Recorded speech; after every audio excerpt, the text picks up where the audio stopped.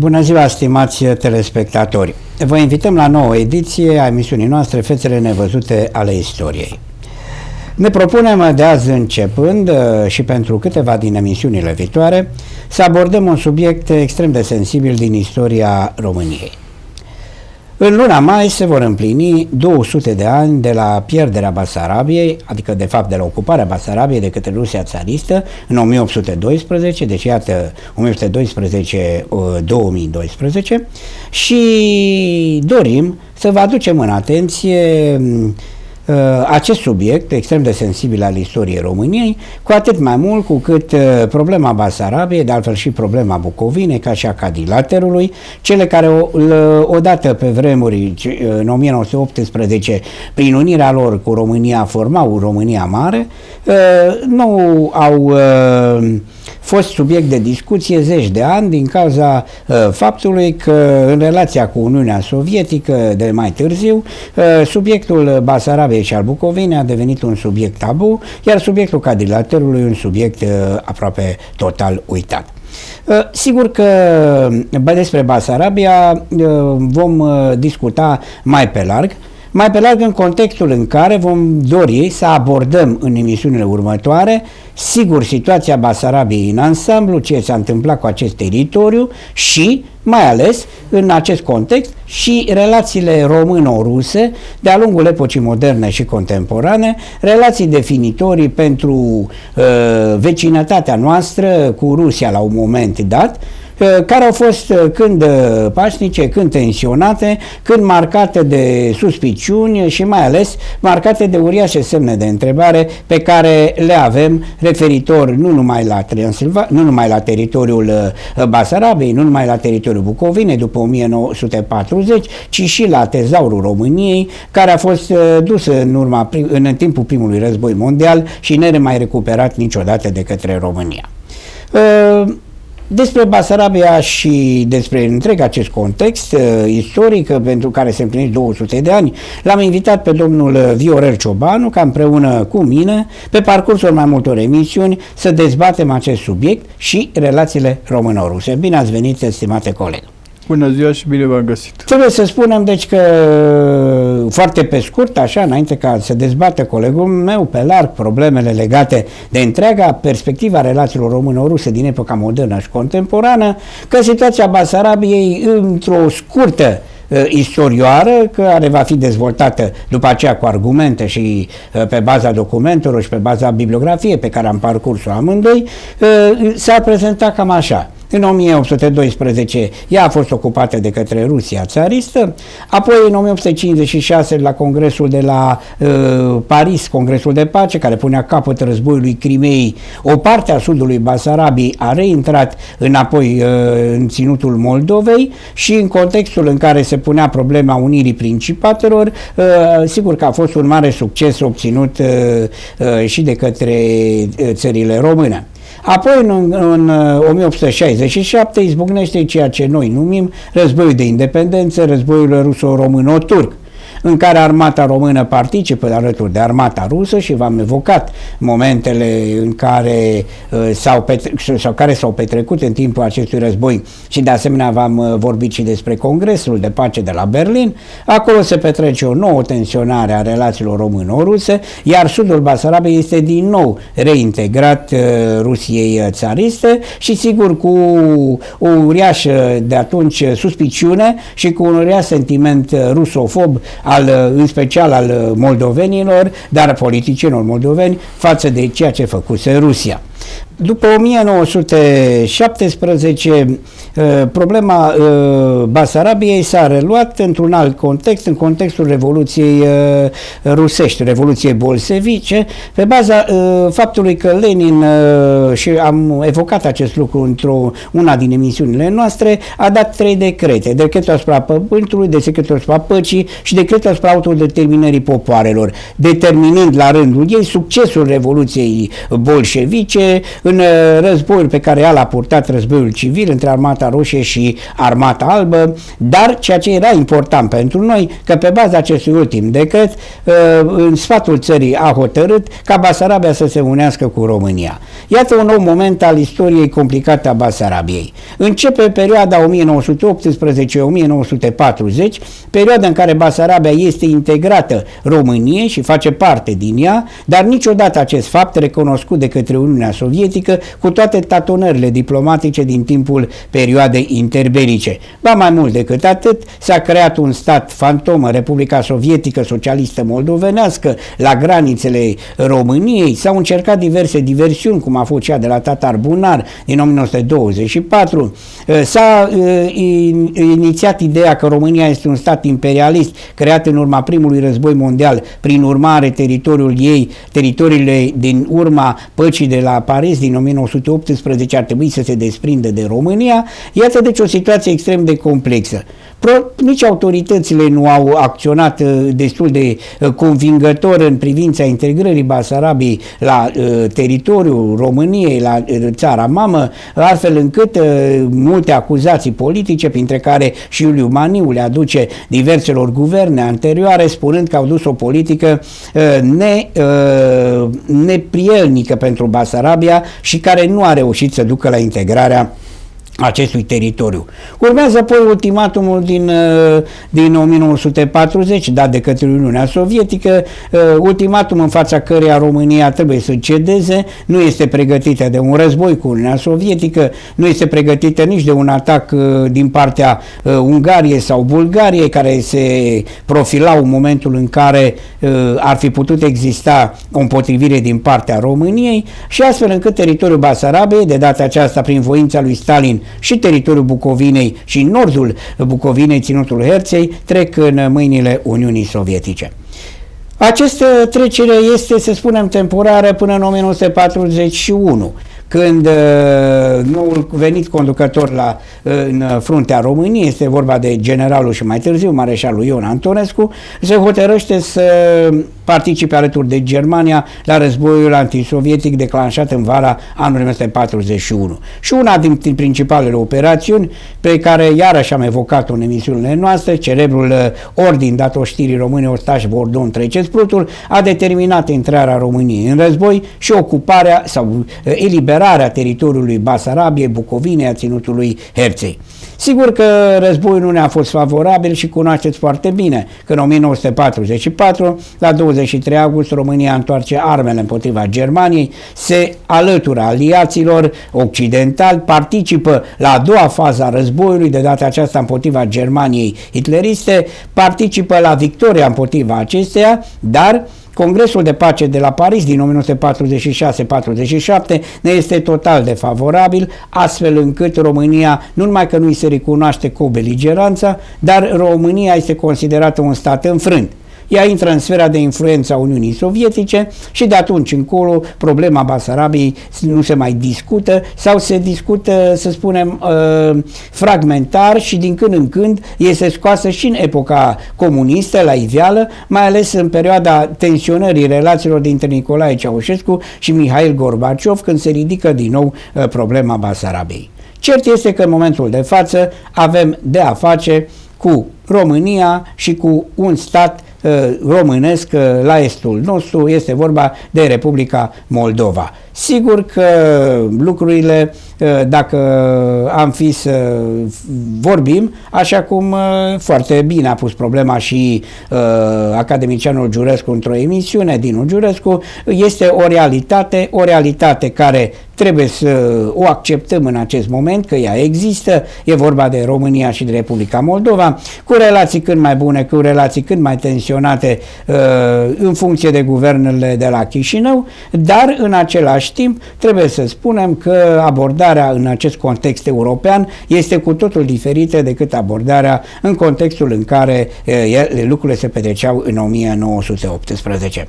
Deci asta ar fi pe scurt, să spunem, o fotografie între anii 1812 și perioada actuală a ceea ce s-a întâmplat cu Basarabia și a ceea ce este în acest moment. Sigur că am uitat să vă spun că în urma desfacerii Uniunii Sovietice, practic o parte a teritoriilor fostei Basarabia au trecut la Ucraina. E vorba de nord și de sud, care fac parte acum dintr-un alt stat, din statul ucrainean, deci iarăși o situație destul de complicată.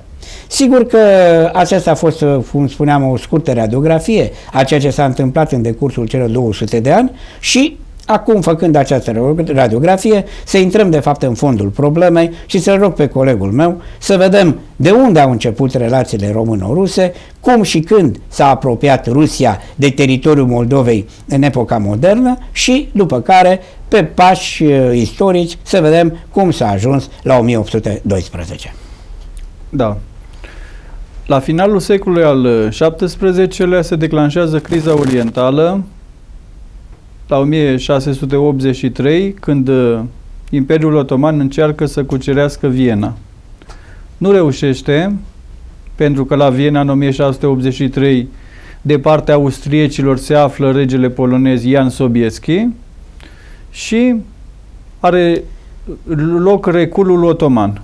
De fapt, putem spune aici de o boală, chiar așa se numește Imperiul Otoman atunci, omul bolnav al Europei, letargie care se prelungește până în 1922, deci peste 200 de ani, în 1922, când Imperiul Otoman se destramă în urma primului război mondial. Practic, la finalul secolului al XVII-lea, precum spuneam, în Moldova avem un domnitor pe nume Gheorghe Duca, în țara românească un domnitor pe nume Șerban Cantacuzino, și ambii sunt nevoiți, la insistențele Imperiului Otoman, să participe în tabăra otomană la asediul Vienei. Ei însă participă folosind niște ghiulele, cum spuneau ei, cu paie, pentru a nu provoca ziduri beciului, așa spuneau ei, Vienei. Constată și ei că austriecii sunt victorioși și încep apoi să replieze, adică să se alieze cu Austria. Totuși Austria contraatacă, ocupă Ungaria, apoi ocupă Transilvania și în urma păcii de la Karlovitz din 1699, aceste teritorii îi sunt atribuite prin tratatul turco-austriac. Acest tratat de la Karlovitz, practic, împlinea în plan juridic ceea ce austriecii obținuseră de facto, pentru că încă din deceniul anterior ei puseseră mâna pe Principatul Transilvan, pe care îl și organizaseră din punct de vedere politic prin acea diplomă leopoldină din 1691. Deci Austria organizează Transilvania ca principat sub suzranitatea sa la 1691 și de-abia peste 8 ani, când își pierduse speranțele de a o mai redobândi, Turcia, Imperiul Otoman, renunța la el prin acest tratat de la Karlovitz. Dar austriecii nu doar că eliberează Transilvania de sub stăpânirea otomană, ci o trec sub propria stăpânire și mai mult decât atât, trebuie să ne gândim la acel context foarte religios, austriecii, de fapt imperiul lor se numea Sfântul Imperiu Roman de Națiune Germană. Era un imperiu catolic care ducea o politică de prozelitism catolic. Și în aceste condiții încearcă să catolicizeze populația românească a Transilvaniei, ortodoxă. Astfel se creează la finalul secolului al XVII-lea, în 1698, Biserica Română Unită cu Roma sau Biserica Greco-Catolică. Ei bine, această ofensivă religioasă a Austriei deranjează țara românească, dar și Moldova, dar în speță țara românească. La conducerea țării române se află Constantin Brâncoveanu. Constantin Brâncoveanu, scăunat la 1688 și domnește până în 1714. În 1688, fostul domnitor, e vorba de unchiul său, Șerban Cantacuzino, vrusese să se alieze cu austriecii. Însă boierii țării, temându-se de expansiunea militară a Austriei și de cea confesională, religioasă, catolică a Austriei, fac ce fac și alianța nu mai are loc, iar Șerban Cantacuzino moare subit. este încoronat Constantin Brâncoveanu, care cu ajutor turcesc respinge trupele austriece. Iar Brâncoveanu, pentru că e un moment de ruptură între românii ortodoxi din Transilvania și uniți din Transilvania și românii ortodoxi din țara românească, atunci Brâncoveanu se reorientează către răsărit. Din răsărit venea Rusia. O să revin la treaba cu Rusia. Brâncoveanu întreține legături nu doar cu Austria, ci și cu Polonia, dar mai ales cu Rusia. Rusia avea acest avantaj că era un pic mai departe, pentru că dacă e prea aproape, ajunge să ne strivească, iar din punct de vedere confesional, era ortodoxă, ca și noi, ca și românii, și nu era niciun pericol din acest punct de vedere. De asemenea, ia poza, dacă putem spune așa, în protectoarea creștinilor ortodoxi balcanici. Lucru pe care îl va și confirma Turcia printr-un tratat internațional peste 70 de ani. Ei bine, unul din ambasadorii lui Brâncoveanu, este vorba de David Corbea, se pune în slujba, este ambasador la Sankt Petersburg, mă rog, la Moscova și apoi la Sankt Petersburg, iar apoi din 1709 intră în slujba lui Petru cel Mare al Rusiei.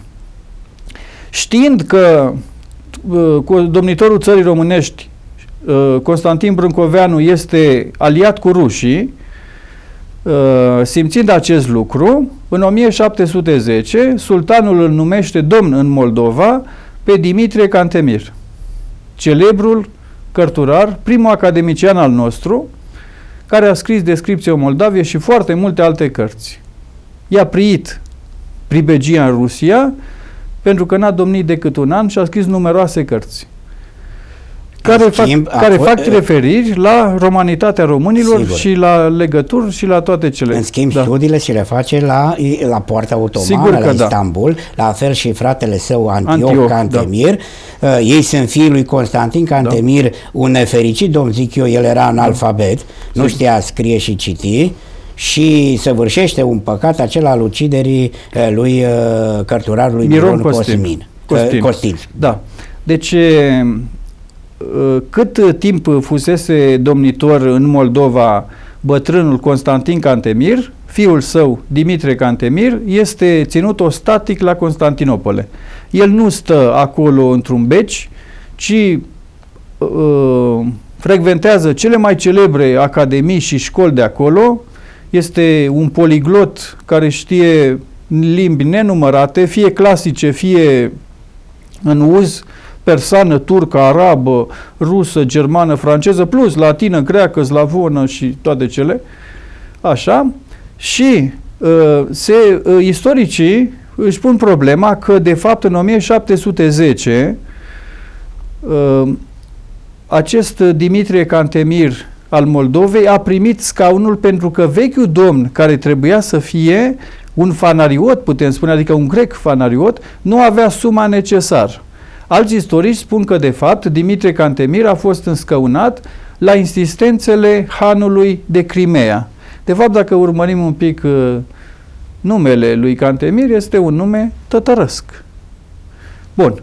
Deci Cantemir este înscăunat pentru a-l ține în supraveghere pe Constantin Brâncoveanu. Erau și niște legături dinastice încurcate acolo, pentru că, de exemplu, Dimitrie Cantemir este ginerele fostului domnitor care fusese și în țara românească la un moment dat și apoi în Moldova, Gheorghe Duca. Deci sunt lucruri foarte încurcate. Sunt oglindite și într-un celebru scris, deci într-o celebră scriere a lui Dimitrie Cantemir, pe nume Istoria ieroglifică, acea fabulă cu țara animalelor, a patrupedelor și a păsărilor. Așa sunt văzute țara românească și Moldova. E bine, Dimitrie Cantemir, nici una, nici două, cum este înscăunat la Iași, în aprilie 1710, încheie un acord cu țarul Petru cel Mare al Rusiei. Acordul are numeroase articole. Este primul acord prin care Rusia, aflat acum la Nipru, recunoaște granițele Moldovei până la Nistru, inclusiv zona de sud, e vorba de Buceac, de Tighina, de Acherman, adică Cetatea Albă, și De asemenea, îi recunoaște o domnie autoritară și ereditară lui Dimitrie Cantemir, cu condiția ca acesta să nu se desprindă de credința față de țarul Rusiei. Ei bine, confruntarea dintre cele două armate, turcă și ruso-moldoveană, are loc la Stănilești pe Prut, în 1711, la un an de la înscăunarea lui Dimitrie Cantemir. Țarul de-abia scapă cu viață, e pe punctul de a fi luat prizonier, și în 1711, între Rusia pe de-o parte și Imperiul Otoman pe de cealaltă parte, se încheie pacea de la Vadul Hușilor. Prin această pace, practic, se reiau vechile hotare, deci Rusia e nevoită să revină în zona Niprului, iar domnitorul Moldovei, Dimitrie Cantemir, cu vreo 4.000 de ostași de-ai săi și cu mulți boieri, e nevoit să ia calea exilului. Vorbesc cronicele, de exemplu, dacă am fi să o luăm pe Gane, cu trecute vieți de doamne și domnițe, se spune că Dimitrie Cantemir a părăsit incognito, teritoriul Moldovei în tabăra rusească sub poalele rochilor largi ale împărătesei Rusiei, că altfel l-ar fi prins sultanul și l-ar fi decapitat cu siguranță pentru hiclenia asta, pentru trădarea lui. Ei bine, Dimitrie Cantemir ajunge în Rusia, am zis că frecventează Berlinul, îl însoțește pe țarul Petru cel Mare în toate campaniile sale răsăritene, iar fiul său, bine, se căsătorește cu o rusoaică pe acolo, primește o moșie la Dimitrovca și toate cele. Fiul său, Antioh Cantemir, va deveni secolul al XVIII-lea creatorul literaturii, poeziei moderne rusești, și Cantemir va muri în 1723, la 50 de ani, e născut în 1673, iar țarul Petru cel Mare în 1725. Bun. Sigur, poate că ar trebui să spunem câteva cuvinte și despre Petru cel Mare, imediat, fără să intrăm foarte mult în detalii, doar ca să-l categorisim în acea listă a despoților luminați și să vorbim un pic și despre despotismul luminat, foarte puțin, ca după aceea să ne reîntoarcem la problemele legate de țara românească și Moldova și de marele pericol care va fi mai târziu pericolul rusesc. Nu pot să vorbesc despre Petru cel Mare până nu vorbesc de Dimitrie Cantemir. Sigur. Pentru că, de exemplu, Dimitrie Cantemir a fost el așa de mare? Bine, dacă îi privim imaginile cu acea perucă precum Voltaire sau Montesquieu de la jumătatea secolului al XVIII-lea, foarte bogat ornamentată, să spunem așa, întreaga sa ținută. Deci Dimitrie Cantemir este revendicat atât de români, am zis că are un nume tătărăsc, Cantemir, atât de români cât și de moldoveni, că precum spuneați, a apărut această țară și rușii au zis că e încă o populație și încă o națiune, încă o limbă și toate cele. E revendicat de turci, care îl consideră creatorul muzicii turcești. Este revendicat de ruși, precum spuneam, el și fiul său Antioh, fiind creatorii acestei literaturi culte în spațiul rusesc. Petru cel Mare. Dar exista posibilitatea, încă înainte de Petru cel Mare, să avem noi niște relații cu rușii și cu bizantinii. Știți că la un moment dat o principesă bizantină voia să se căsătorească sau o dorea de soție Ștefan cel Mare al Moldovei. Până la urmă aceea se căsătorește cu kneazul Ivan al Rusiei. Dar oricum, să vorbim un pic de Petru cel Mare. Petru cel Mare începe să domnească de la finalul secolului al XVII-lea, 1682. Bine, are o perioadă împreună cu fratele său, sub regența mamei lor Sofia, și domnește până în 1725. Practic, este cel care ridică Rusia la statutul de mare putere europeană. Precum știm din diverse scrieri, a mers incognito, deși avea calitatea imperială, și a lucrat pe șantier fizic ca salahor. Pe șantierele navale din Olanda, de la Amsterdam, de la Rotterdam, de la Utrecht, de mai știu pe unde. De asemenea, a fost în Anglia, a fost în Franța, în Prusia, în Germania, în toate cele. A revenit în Rusia și a căutat să o modernizeze. obiectivul său a fost să dea Rusiei două ferestre spre mare, spre Marea Baltică și spre Marea Neagră.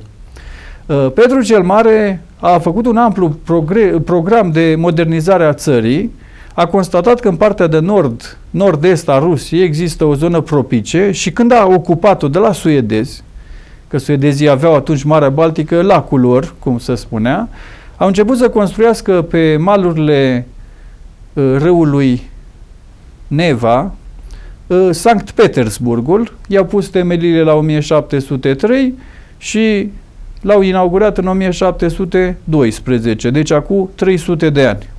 Deci cu 100 de ani înainte să ia Basarabia. Apoi, a reorganizat senatul, a subordonat biserica, înlăturând practic patriarhatul și impunând acel consiliu sinod, cum se spune în planul ortodoxilor, de exemplu. Apoi a impus rangurile occidentale în materie nobiliară, a impus coduri de legi, așa ca savoare, a tăiat bărbile... Da, chiar și ținuta europeană a obligat pe boieri să ținuta staie... nemțească, cum se spune. Și a obligat pe boieri să taie bărbile. Se spune că, purtându-i o mare stimă lui Dimitrie Cantemir, el personal i-a tăiat barba lui Cantemir. Da. Apoi a făcut o reformă a nobilimii prin care 2/3 din familiile nobiliare, din membrii familiilor nobiliare erau destinații serviciului militar, iar 1/3 administrației. Ei bine, reformele astea au transformat Rusia într-o mare putere. În plan militar a fost înfrânt la Stănilești, dar cu 2 ani înainte, la Poltava, Ucraina de astăzi, l-a învins pe regele Suediei Carol al XII-lea. Acesta în continuare a găsit adăpost în Basarabia și de aici se spune că a izbucnit conflictul din 1711 între sultan și Rusia, acel conflict de la Stănilești, nefericit pentru Cantemir. Dar sunt mulți istorici, precum spunea și de academicianul Dinu Cegiurescu, sau Maxim, sau Gorovei, sau mai știu care s-au ocupat de istoria relațiilor și probleme orientale, care socotesc dimpotrivă că victoria turcă de la Stănilești din 1711 a salvat spațiul românesc și a întârziat ocupația rusească. Așa sigur este, că da. Da.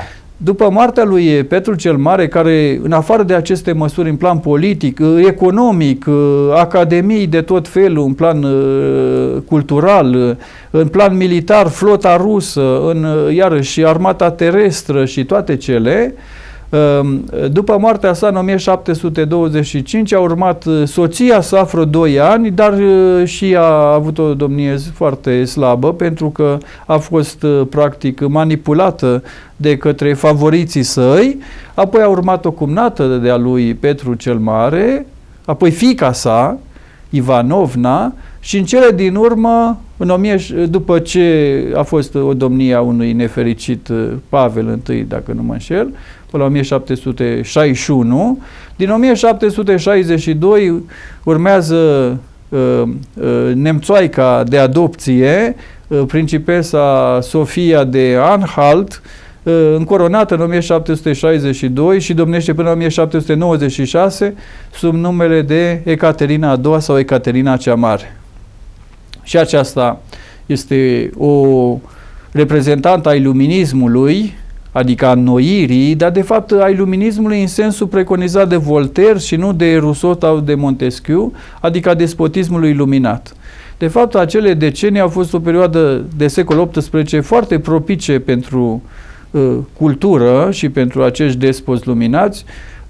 În Prusia îl avem la Berlin pe Friedrich al II-lea, în Austria avem pe împărăteasa Maria Tereza și pe fiul acesteia Iosif al II-lea, iar în Rusia pe Ecaterina a II până în 1796. Sunt contemporani toți trei. Ei bine, Ecaterina a II se înconjoară de o pleiadă de cărturari. Fac o paranteză. După moartea lui Petru, cel care creează practic Academia și dă un avânt culturii din Rusia, secolului XVIII, este savantul Lomonosov. Da, deci e un savant rus, nu un savant sovietic de secol 20. E bine, această împărăteasă Ecaterina a II-a corespondează cu Diderot, cu Voltaire, este foarte agreată, dar nu uită nici de problemele Europei. Aici vorbim de problema orientală, că trebuie să vorbim sau să continuăm cu dinastiile rusești până la 1812 sau 56. Nu, haideți să intrăm totuși în contextul problemei orientale, sigur pentru că în timpul lui Ecaterina, din nou, granițele vin mai aproape și mai aproape. Până la Nistru, la 1792. Deci, practic, ce avem aici? În 1711, Rusia lui Petru cel Mare fiind înfrântă la Stănilești, și am zis un fapt benefic pentru noi că nu ne-au îmbrățișat încât să ne rupă oasele, Rusia este nevoită să renunțe la moștenirea unului bolnav al Europei și ieșirea rapidă la Marea Neagră. Își continuă înaintarea către Marea Baltică și obține acele succese împotriva Suediei. Dar o creștere nemai văzută a puterii rusești era o amenințare pentru Franța. Și atunci, în contextul problemei orientale, în care Rusia dintr-o parte și Austria din cealaltă voiau să împartă Imperiul Otoman, implicit teritoriile românești și zona balcanică între ele, se implică Franța, iar mai târziu Anglia. Franța, practic, dorea, pentru a se păzi de forța aceasta nemaipomenită a Rusiei, Rusie căreia Petru cel Mare îi lăsase testamentul de a ajunge la Constantinopole, pe care ei îl socoteau Țarigrad, iar Rusia o socoteau Moscova a treia Romă, deci cu drept de moștenire această parte a Europei și cu ieșirea la mările calde, Bosfor, Dardanele, Mediterana și Ocean, și apoi intrau peste zona britanică, să spunem așa. Ei bine, Rusia voia să mențină aici o zonă tampon, pornind dinspre Marea Baltică până la noi. Adică, în acest plan de oprirea Rusiei de a înainta în Europa, erau 3 țări pe care le sprijinea Franța: Suedia, Polonia și Imperiul Otoman. Implicit în Imperiul Otoman, spațiul românesc. Ei bine, pe parcursul secolului al XVIII-lea, rușii au reportat numeroase victorii asupra Suediei, rând pe rând, ceea ce astăzi numim țările baltice: Letonia, Estonia, Lituania. Apoi, părți din Finlanda, Carelia și mai știu eu ce pe acolo, au fost luate de la suedezi și trecute în proprietatea rusă.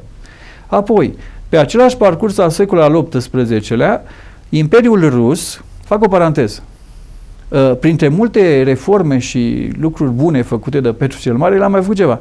Și a luat titlul de imperator. Deci știm că în Evul Mediu se numea Cneaz al Moscovei, care însemna mare voievod la noi. Ei bine, nu. Ca să se așeze la masă cu marile puteri, și-a luat și acest titlu de imperator, adică Cezar, adică țar. Sigur, în limba slavă. Țar în limba slavă, da. De aceea am spus că și capitalei Istanbul îi spuneau Țarigrad, adică orașul cezarilor. Ei bine, Imperiul Rus, Imperiul Țarist, dobândește întâietate și în spațiul polonez. Practic, în spațiul polonez reușesc să impună diferiții regi, favoriții de ai reginei Ecaterina a II, de exemplu, iar apoi, în vremea Ecaterinei a II, în 1772, în 1793 și în 1795, Imperiul Austriac, Imperiul Rus și Regatul Prusiei împart și desființează în totalitate Regatul polonez. Imperiul Otoman. Care este problema cu Imperiul Otoman? Practic, Imperiul Otoman, după ce pierde la sfârșit de secol XVII Ungaria și Transilvania, este nevoit, am spus, în 1799 să încheie pacea de la Karlovitz, în care recunoștea aceste pierderi. La început de secol XVIII are acel succes de la Stănilești, fapt care îl încurajează pe sultan să declare război Austriei, sperând recuperarea a ceea ce pierduse în 1699 la Karlovitz. Însă, sorții nu-i sunt favorabili și în 1718, prin pacea de la Pasarovitz sau Pojerevaț, Imperiul Austriac ocupă de la turci 2 teritorii românești, Banatul și Oltenia, în 1718. În 1736, are loc un război ruso-turco-austriac, de o parte puterile creștine, Rusia și Turcia, iar Rusia și Austria, iar de cealaltă parte Turcia, și în urma păcii la Belgrad, Imperiul Otoman recuperează Oltenia, dar Austria păstrează Banatul. În a doua jumătate a secolului al XVIII-lea, practic, la 1768-1774 se mai desfășoară un război.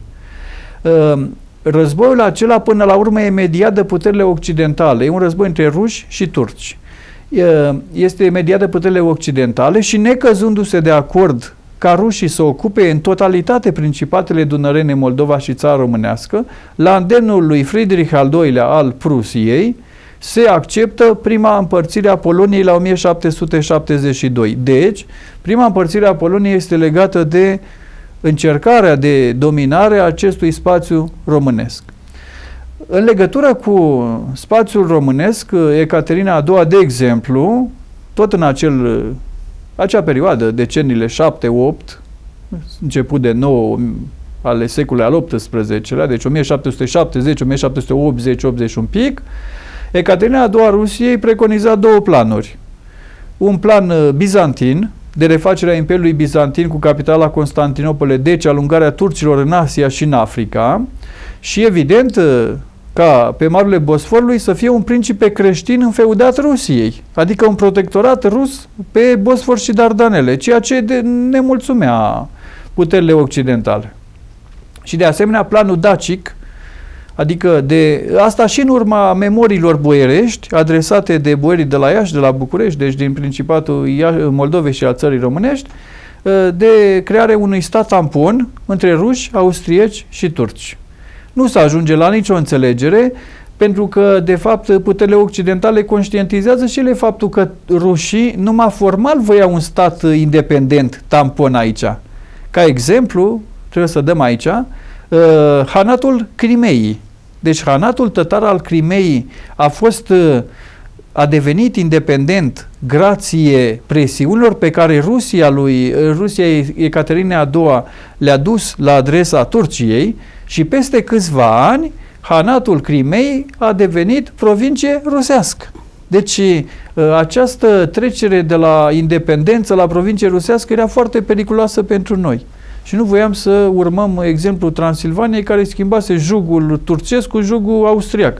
Era pericol ca Moldova și țara românească să devină provincie. Da, chiar era celebră expresie, jugul de lemn otoman cu jugul de fier habsburgic, da.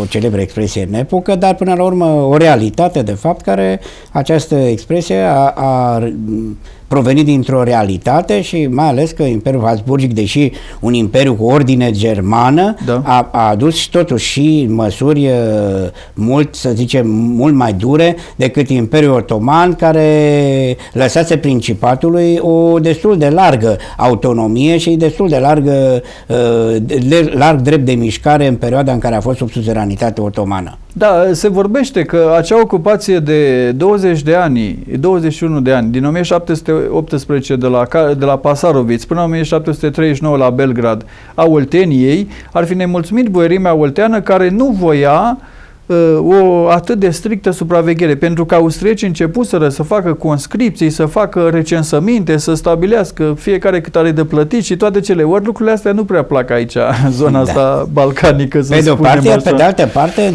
Imperiul Otoman privea cu mai multă relaxare provinciile. Ea avea, deci, în acele momente, în prag de decădere, de fapt o decădere care merge foarte lent, 200 de ani, avea o politică relaxantă față de principatele danubiene, mulțumindu-se cu haraciul. Sigur, lucrurile se vor mai schimba un pic în perioada fanariotă, dar noi trebuie să spunem, așa cum am spus și de alte dăți, că nu este chiar total o perioadă neagră, perioada fanariotă, că este și perioada unor reforme și perioada unor pași pe care le fac principatele înainte. L-am dat exemplu chiar și cu răscoalele țărenești pe Constantin Mavrocordat, cu dezlegarea țăranelor, cu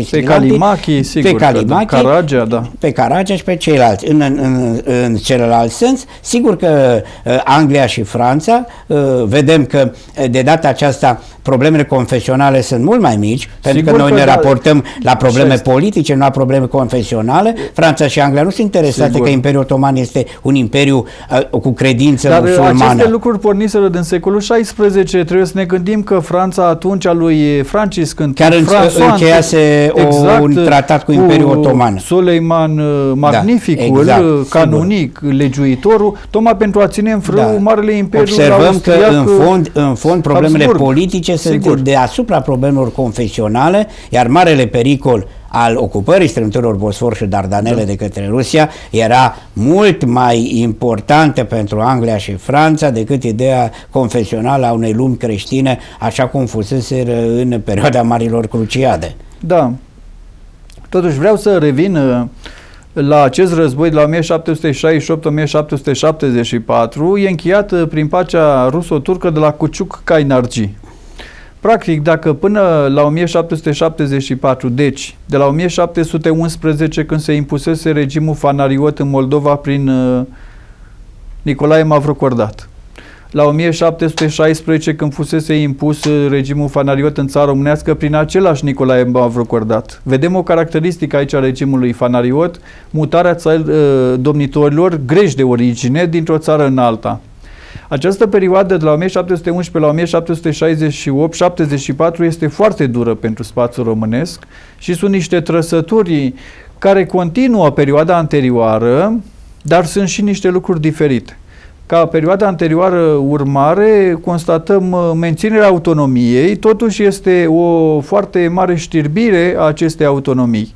Nu sunt transformate în pașălăcuri, dar domnii sunt obedienți, practic sunt ochii și urechile sultanului, ca nu cumva austriecii și rușii, îndeosebi austriecii, că erau aproape, peste Carpați erau, să ocupe aceste provincii. Deci, practic, dacă până la 1774 se poate vorbi de o dominație unică a porții otomane aici, din 1774, prin tratatul la Kuchuk-Kainarji, alături de Imperiul Otoman se alătură Rusia, care își arogă dreptul de putere protectoare a creștinilor ortodoxi. Încă o paranteză și apoi să prezint un pic tratatul de la Kuchuk-Kainarji și efectele acestuia pe termen până la ocuparea Basarabiei în 1812. La 1772, în cadrul unor tratative ale marilor puteri europene, deja rușii gândesc să ocupe principatele și creează în mod artificial o denumire nouă, Basarabia. Până atunci, teritoriul Moldovei era clar, de la Carpații Orientali până la Nistru. Acum, de la Carpații Orientali la Nistru și de la brațul Chilia până sus la Hotin, la granițele cu Polonia, că era încă neîmpărțită atunci, iar apoi cu Austria, când a luat Bucovina la 1775. E bine, acum apare această provincie.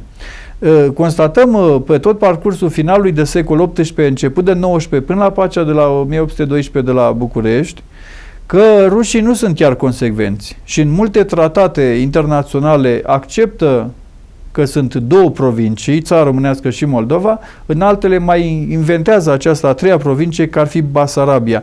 De fapt, Basarabia, sub denumirea aceasta, se afla numai teritoriul de la nordul Mării Negre, deasupra brațului Chilia, pe care pe la 1350, să zicem 45, 50, 52 până a murit, l-a stăpânit întemeitorul țării românești, Basarab I. E bine, de la acea zonă care se numește acum Buceac și despre care dumneavoastră a spus că aparține Ucrainei, s-a extins denumirea de Basarabia până în nord de tot, practic până sus la Camenița, la Hotin, la Bălți, la Orhei și ce alte cetăți mai erau pe acolo. Ei bine, prin acest tratat de la Kuchuk-Kainarji din 1774, care înseamnă izvor de ape termale în limba turcă, Kuchuk-Kainarji, alături de Turcia, care e puterea suzerană, se alătură alături de Turcia, care e putere suzerană, de stăpână, care îi se plătește tribut, se alătură Rusia, care este putere protectoare, care nu vrea nimic, este total dezinteresat. E bine, totuși, este o cerință a Rusiei de a lua Principatele, am spus că e mediată de Friedrich al II-lea al Prusiei, care decide împărțirea Poloniei. În condițiile în care rușii înaintează totuși dinspre răsărit, ajung la 1792, este un alt război atunci purtat tot pe teritoriul românesc, cu tot convoiul de nenorociri, de pierderi umane, materiale, haos, distrugeri și toate cele. Și în 1792, prin pacea de la Iași, practic Rusia, Ecaterina a doua, țarinei Ecaterina cea Mare, ajunge la Nistru. Până atunci exista acea zonă tampon dintre Nistru și Nipru, să spunem, care era tătărască, care era turcească și toate cele. E bine, practic de acum presiunea rusă este din ce în ce mai mare. Vorbeam de interesele Franței în regiune. Franța a sperat să mențină Rusia departe de centrul Europei și tot sprijinea, am spus, Suedia, dar fără sorți de izbândă, Polonia și Imperiul Otoman.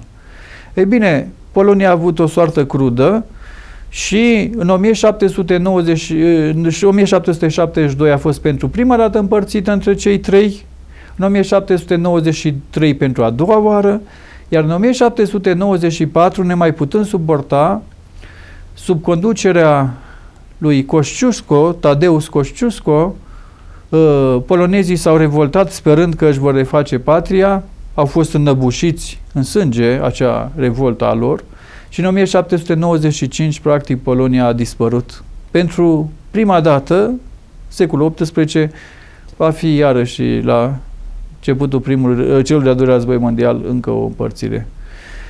Da, sub alte culori și sub alte sigle. Totuși, Franța spera să refacă acest regat al Poloniei și, în acest sens, o foarte mare importanță avea Imperiul Otoman și, de asemenea, îl aveau Principatele Române. Și de aceea, de exemplu, odată cu proclamarea Republicii Franceze, cu Revoluția franceză și proclamarea Republicii Franceze în 1792, se încearcă, deci pe 20 septembrie bătălia de la Valmy, 21 septembrie 1792 Republica Franceză, Franța republicană vrea să reia legăturile cu țările române și cu Imperiul Otoman pentru a reface Polonia. Și de aceea țarina Ecaterina a doua, care am zis că era adeptă a modelului lui Voltaire, a despotismului iluminat și nu a celui al lui Montesquieu și Rousseau, cu separarea puterilor, cu contractul social și toate cele, respinge această încercare de extindere a Revoluției, cum spunea, ateismului, adică chiar așa se întâmplă în Franța, că practic, dacă ne gândim că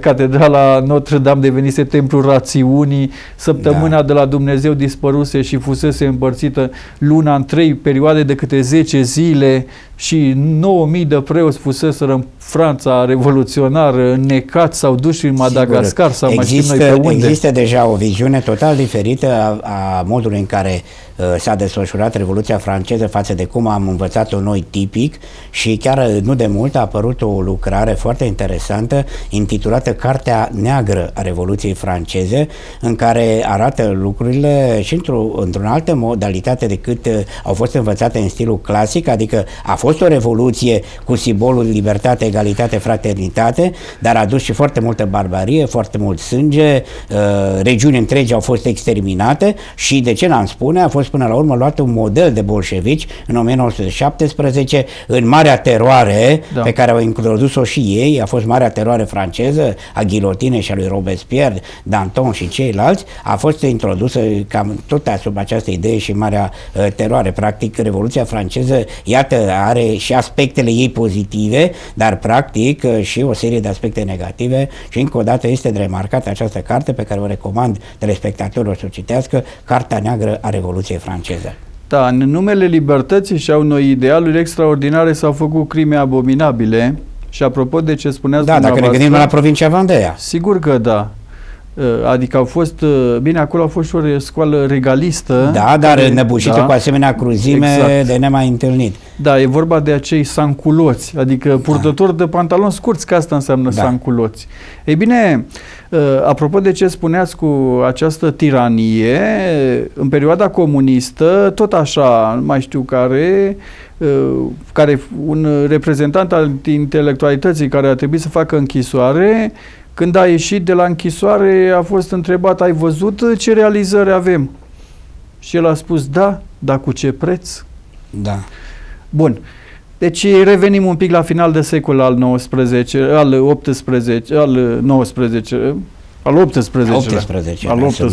1792, da. Imperiul rus ajunge la Nistru, vrea să continue înaintarea, o va continua, totuși nu vrea să dea satisfacție austriecilor sau celorlalți, vine Napoleon la putere și politica e foarte încurcată acolo. Foarte încurcată. Să vedem în ce măsură putem prinde în minutele care au mai rămas. Nu mai cred că mai avem. Să prindem totuși măcar ideea de ceea ce s-a întâmplat, adică această ofensivă franceză înspre Rusia, în încercarea de a stăvili Rusia. Câteva cuvinte, nu cred că trebuie să-i acordăm foarte mult, dar putem să spunem că Napoleon a avut nu numai această idee a cuceririi Europei pe care a adus-o, ci și a blocării Rusiei. Da, dar constatând, urmărind documentele, reiese că politica franceză externă era destul de haotică. Absolut haotică, sau cum să spun, de un bizantinism extraordinar. Divide et impera.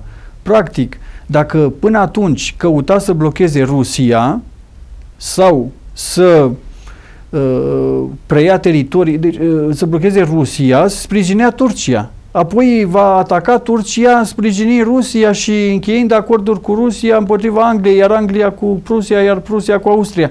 E o încurcătură cu acele coaliții pe care le subvenționează Anglia, încât e foarte greu de dezlușit în câteva clipe, să spunem așa. Ei bine, ce face Napoleon? După campaniile acelea din nordul Italiei, ajunge în Egipt, iar Egiptul era turcesc atunci. Și atunci, la final de secol 18, 1798-1799, se ajunge ca Rusia să încheie un tratat cu Turcia care îi garantează protecția împotriva Imperiului francez, adică a lui Napoleon, că încă nu era proclamat Imperiul francez, ăsta e din 1804. Așa, deci practic Rusia ajunge protectoarea sultanilor. La început de secol XIX, Rusia caută să îmbuneze iarăși relațiile cu Turcia, se continuă acest acord și se ajunge ca sultanul Selim al III-lea să fie influențat de către țarul în 1804, este vorba de țarul Pavel I, fiul Ecaterinei a doua cea mare, și apoi va urma Alexandru I Romanov, că toți sunt Romanovi, de fapt de la 1613. Da, până la 1917 este dinastia Nicolae al Romanovilor. II-lea, da. Da. Ei bine, Selim al III-lea, sultanul otoman, este determinat de țarul Pavel I la 1804 să nu-l recunoască pe Napoleon împărat. Și acesta nu recunoaște. Totuși, peste un an, doi, Napoleon îl forțează pe sultan să îl recunoască.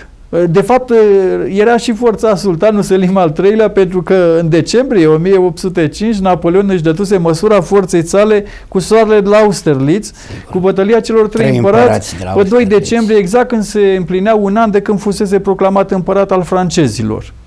Deci îl recunoaște împărat și prin asta se deteriorează relațiile cu Rusia, dar nu atât încât să fie un nou război. În 1806, la îndemnul generalului francez, care era ambasador la Franța, Horacio Sebastiani, Napoleon al III-lea îl determină pe sultanul, acela sultan Selim al III-lea, să retragă din scaunele de domnie de la Iași și la București doi cunoscuți domnitori fanarioți pro-ruși. Cel mai cunoscut era cel de la București, pe nume Constantin Ypsilanti, tatăl fostului, viitorului Alexandru Ypsilanti. Da, întortocheate aceste ițe ale politicii franceze, rusești și otomane la sfârșit de secol al XVIII-lea, la început de secol al XIX-lea, dar oricum, prin tot ceea ce am prezentat în această emisiune, am prezentat un context internațional, atât al apropierii Rusiei față de principatele române, mai ales față de Moldova, cât și contextul complicat al relațiilor austro-rusești, turcești, franceze, engleze în acest spațiu, toate având ca scop alianțe conjuncturale, fiecare având interese proprii de extindere teritorială, și am văzut că, din nefericire, parte din aceste extinderi teritoriale s-au făcut și în defavoarea principatelor române, și aici ne gândim la ocuparea Transilvaniei, la ocuparea Bucovinei, de asemenea la ocuparea Banatului, temporară a Olteniei și apropierea foarte mare a Rusiei de granița Moldovei. De asemenea apare problema și a provinciei Basarabia, acum scoasă de către Rusia pe tapet cu numele de această provincie Basarabia, și în emisiunea viitoare vom arăta de fapt cum s-a întâmplat această pierdere a Basarabiei și care a fost contextul relațiilor româno-ruse în continuare în perioada secolului al XIX-lea, un secol în care continuă de fapt războaiele care urmăresc pe de-o parte unele păstrarea Imperiului Otoman, omul bolnav al Europei, dar și considerat, dacă ar dispărea, distrugerea echilibrului european în această parte, ceilalți dorința de a ocupa Imperiul Otoman, de a ocupa strâmturile Bosfor și Dardanele, în special visul Rusiei. Stimate coleg, îți mulțumesc pentru participarea la această emisiune. Stimați telespectatori, vom continua emisiunea viitoare a vă relata ceea ce s-a întâmplat în urmă cu 200 de ani cu pierderea teritoriului Basarabiei. Vă mulțumim pentru atenție și până la o nouă emisiune vă spunem toate cele bune.